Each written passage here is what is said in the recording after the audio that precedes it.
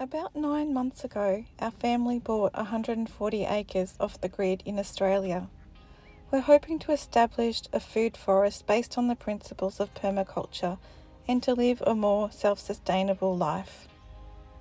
Paul's auntie Shirley and her husband have an organic herb and spices farm on the Sunshine Coast hinterland called Enrich Yourself. They've been in the natural health industry for 40 years, as they used to run a homeopathic clinic. They are keen to educate the public about how herbs and spices not only flavour our food, but that our food is also our medicine. Their farm is based on the biodynamic and organic farming principles. I'm going to use the cinnamon for some applesauce and apple pie, and I'm going to use a taco spice mix for some chicken, and I'm going to also do some prawns on the barbecue with the oregano and the paprika and a few other things, and we're also going to try the relaxing tea.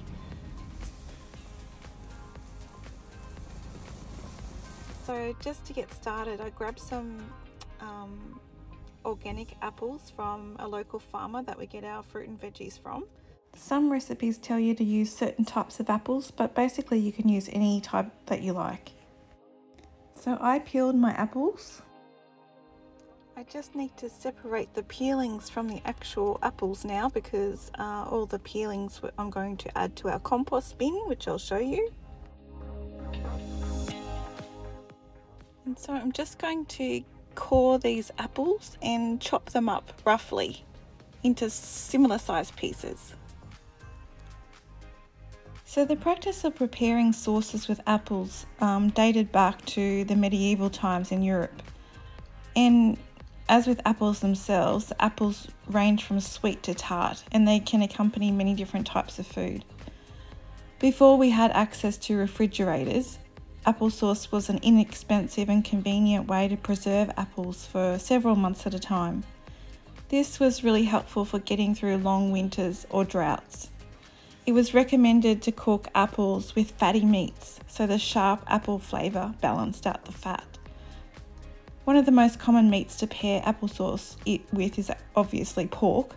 I used this applesauce that I made with a roast pork dinner that we had, and a lot of people think that applesauce is like a sweet, almost dessert-like condiment, and I actually used this applesauce to make a couple of apple pies for desserts for us as well. So I just covered my apples with some water, and I added a bit of apple cider vinegar to the water. So I used the Enrich organic herbs and spices cinnamon to add to the apples in the pot as well.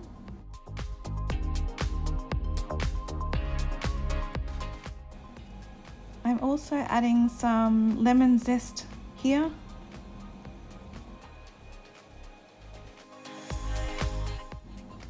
And also some of our Australian native organic honey from our hives. I only needed to add a couple of teaspoons of the honey because the red apples were quite sweet to start with. So now I'm just giving this a good stir to mix up all the ingredients together, and I'll just put this on the pot and just simmer it for around 20 minutes. I had the lid on to start with, but then I took it off so that it would reduce. So we've always kept a compost bin, even in our city garden. It's really important to have a compost garden because each year over half of our household garbage is made up of food and garden waste. Most of this organic waste can be recycled by composting it. By turning your food scraps and organic garden waste into compost, you can improve your soil quality and your garden vitality by releasing the rich nutrients into the soil. It also suppresses plant diseases and pests, and it actually eliminates the need for chemical fertilizers and manures, and it also contributes to stopping so much landfill as well. And less landfill means less greenhouse gas emissions, which actually help the whole environment. Then you have it, your compost helps soil your soil retain its moisture, so you don't need to water it as often, and it also helps absorb and filter runoff as well, protecting our creek from erosion and pollution as well. I use the Enrich mint basil in our turkey-based spaghetti bolognese as well, which is one of my son's favourites. So it's just simmering there with some veggies. So these chicken breasts were actually frozen, but I just put a little bit of our rosemary from our garden on them, and I'm using the Enrich taco seasoning mix to just rub on the outside of the chicken breast with a little bit of olive oil, and I'm going to bake the chicken breasts in our barbecue. Since we're living off grid, we don't have access to any electricity, so we don't have a stove. We have this gas cooker here that I use quite a lot. We have the barbecue, which is outside, which we can use like an oven, and also, you know, like a grill and stove basically. And then we also have the fire, so we can use our camp oven to cook on our outdoor fire as well. So the Enrich taco spice mix has garlic, cumin, onion powder, chili powder, paprika, oregano, tomato powder and chili flakes in it. It was a really big hit with my son. He loved it. After the chicken was baked, I basically cut up the chicken into smaller slices and used them on toasted sandwiches with some of one of my best friends, Christy, her nan's recipe for relish that she actually made and gave to me for a Christmas present. So that was really nice. So it was actually my birthday weekend this weekend, and Christy, who gave us the relish, her and her partner Scott was meant to come down and spend the weekend with us for my birthday, but they left Brisbane to get to us, but because of the floods they could only get about halfway and they ended up not being able to make it. And this was my birthday cake that she made for me, which looks amazing, and I never got to taste it. So that was a bit of a disappointment, and also not being able to see Christy for my birthday. But we're planning another weekend together soon, so I'm really looking forward to that.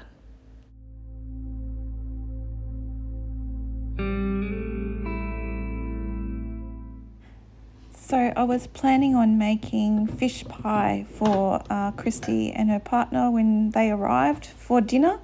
And I did make the fish pie, and Christy and her partner didn't get to taste that either, unfortunately. But I'll just take you through the process and show you how I do the fish pie off-grid. So I've just got a couple of carrots that I'm peeling, and I'll chop them up roughly into little pieces, and I'll also get some onions and chop those up and just fry them together with a little bit of olive oil to start off with. So Fisherman's pie is basically just like a shepherd's pie, but it's made using fish instead of meat or mince. And it's a British dish, and it was said to have originated in Scotland. I lived in England for a little while, and I found that the fish pie was one of my most favourite meals that I found while I lived over there. So it was basically the history of fish pies that it was eaten to honour the Roman goddess Venus. It was also a dish apparently created for Lent that was made out of fish scraps. So you can make the pie out of any fish like cod, haddock, smoked salmon, or any kind of firm white fish as well. Sometimes people add things like hard-boiled eggs and parsley or chives, but I haven't added these to this one. So I'm just peeling some potatoes to create the topping of mashed potatoes on top of the pie. We also used to use eels, carp and herring as well to make the fish pies. You can also add some cooked prawns to the fish pie. I bought some prawns, but I didn't use them in this fish pie. But I did cook them on the barbecue the next day, so I'll show you that as well. I'm just chopping up the potatoes into small chunks, and I'll just boil them up.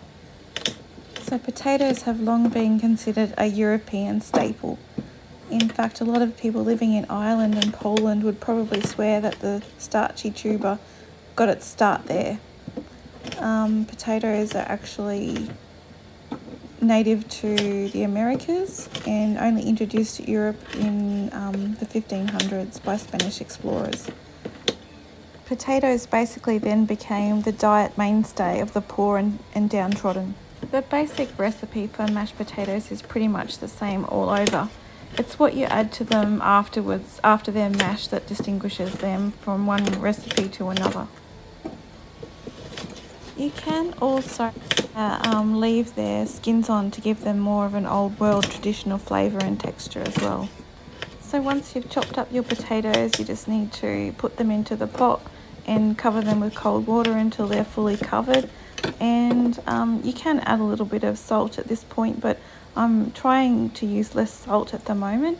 And then you just turn the burner to high until they're boiling, and you simmer them for about 15 to 20 minutes. You can check the potatoes when they're ready by just poking a large piece with a fork or knife, and it should go in easily if they're done. If not, then just give them a few more minutes before taking them off the heat. I'm just chopping up the onion now to fry up with the carrots as well in a little bit of olive oil.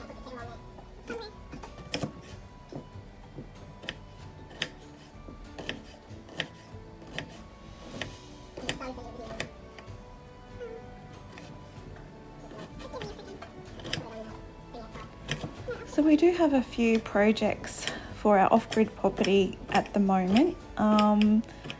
I guess the first thing that we need to do is to put some road gravel down on our track or our driveway, our access road to our property, which is about a kilometre of four-wheel drive track basically at the moment.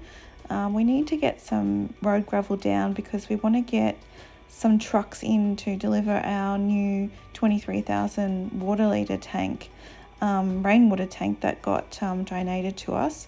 So that's the first thing to prepare for, but we also need to sort of dig out the area for the platform where we need to put the sleepers down, and the crusher dust and the cement for where our new rainwater tank is going to sit.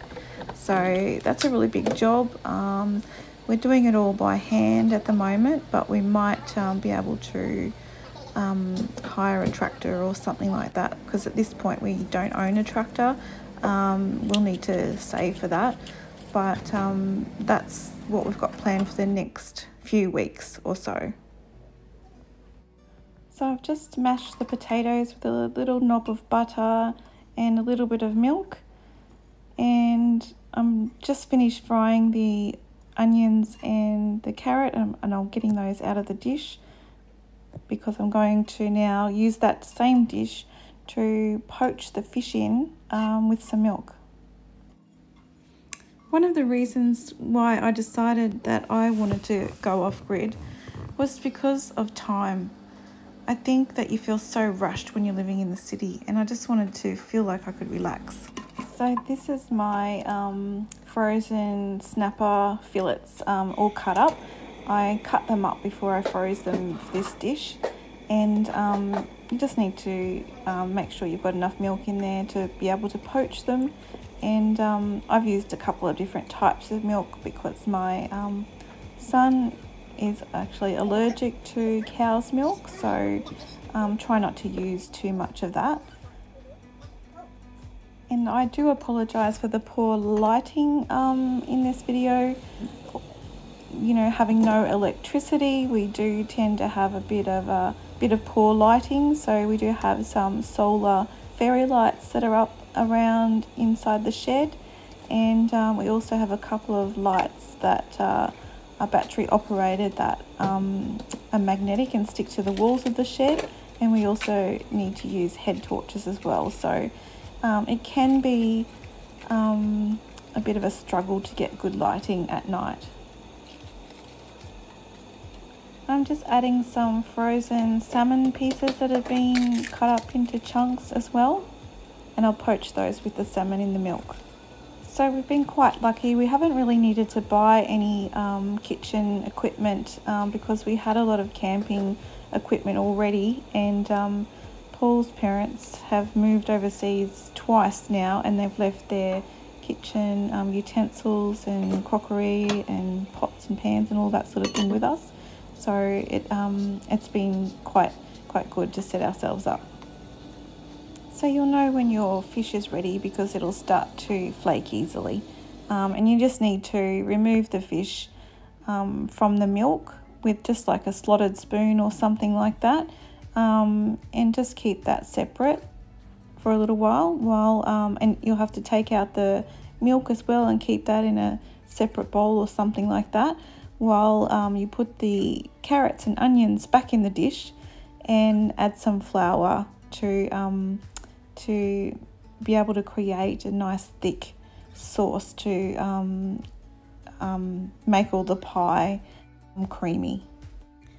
So when we get our big rainwater tank, it's going to be a lot less stressful because we hopefully won't then run out of rainwater for showers and things like that when we're going through periods of drought. And we also needed a rainwater tank because we wanted to get a septic system eventually, as well as one of our other projects that are coming up, and we need to have some more water to be able to flush our toilet basically. So I'm just adding the flour here to the carrots and onions, and I'll just stir that through, and then I'll start to add 1 ladle of milk at a time from the milk that I saved from what was poaching the fish previously. And also when we get our new rainwater tank, then we'll be able to create like a little shower toilet block, and all this will be coming up in the videos. So in our next video coming up, I'll probably show you how we've started to excavate the area to basically build the platform for the new rainwater tank that's coming soon, and you'll be able to see us hard at work.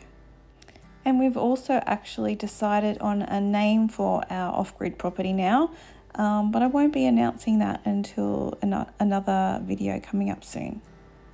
So the projects after that will be probably possibly building some frames in to the shed to create some rooms. We also want to see if our well is going to work, so we'll have to make sure we can get the motor going for that. Our plan to go off-grid has been a long transition.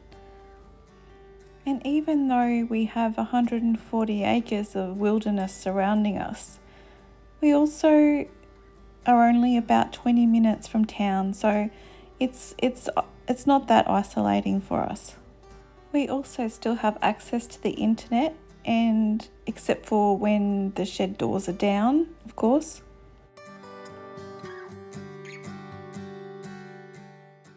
The best part about living off-grid though is being able to temporarily opt out of society. You have a lot more time to focus on your creativity, and you can reduce your stress levels and live from your own land. It's such a better lifestyle. We watch a lot less TV and we're a lot more active, and we'll probably live longer for it. So I'm just adding some English mustard to the fish pie sauce, and also a squeeze of a lemon. I'll also add a little bit of pepper as well. I would like to get back into my artwork and painting as soon as I can.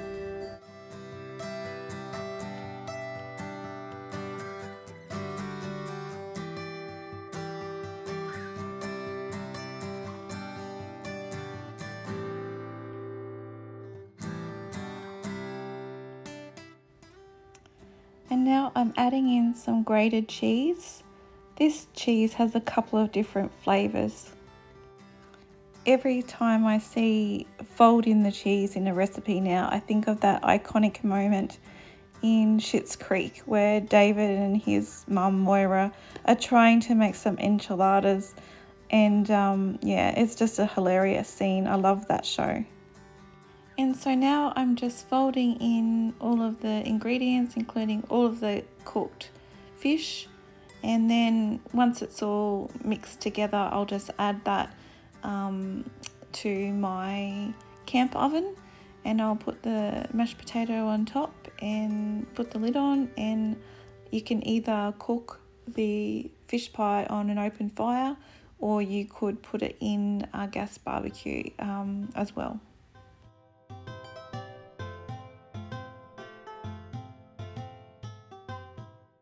So this is what the fish pie looks like in the camp oven. And this is our bad lighting attempt on the shed wall and the fairy lights. So just serving up the fish pie now. Whatever wasn't eaten that night by the guys, then we had leftovers for lunch the next day. Fish pie. Fish pie is actually one of Paul's favourites, so it didn't last very long.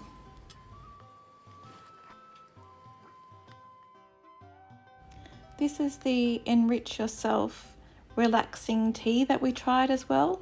So it's actually made up of chamomile and lavender flowers, and it's actually a really pretty tea, and it tasted really good as well. We had a tiny little bit of native bee honey in it with the tea as well, which just gave a really nice sweet touch. It was a very nice tea.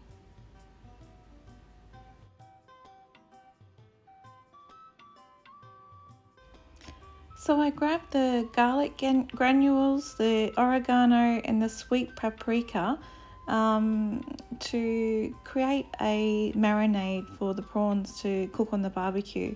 I've got the lemon there and also a little bowl of olive oil, and I'll just add a little bit of all the ingredients together just to make a bit of a paste that I will then marinate the prawns in before cooking them on the barbecue.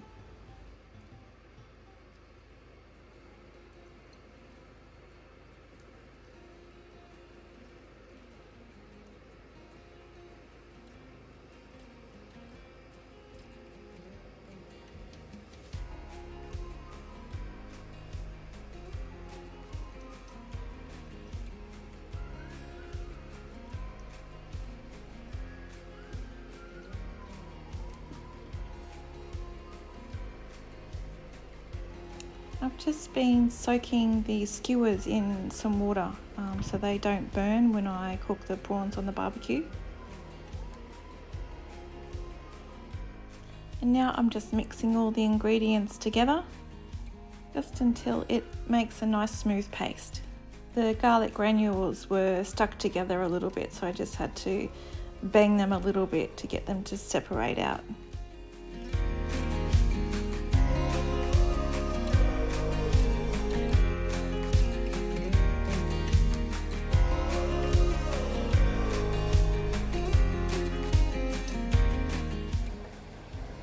I'm just using like a basting brush to put the mixture all over the prawns.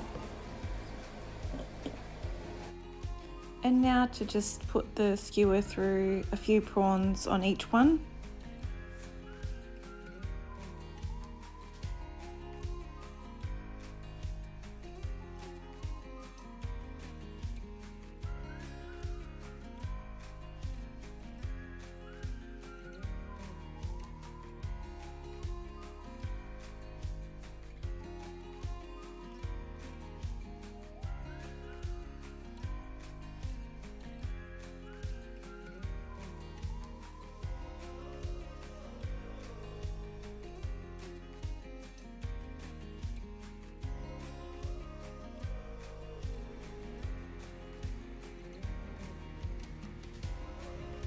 And now just to heat them quickly over the barbecue.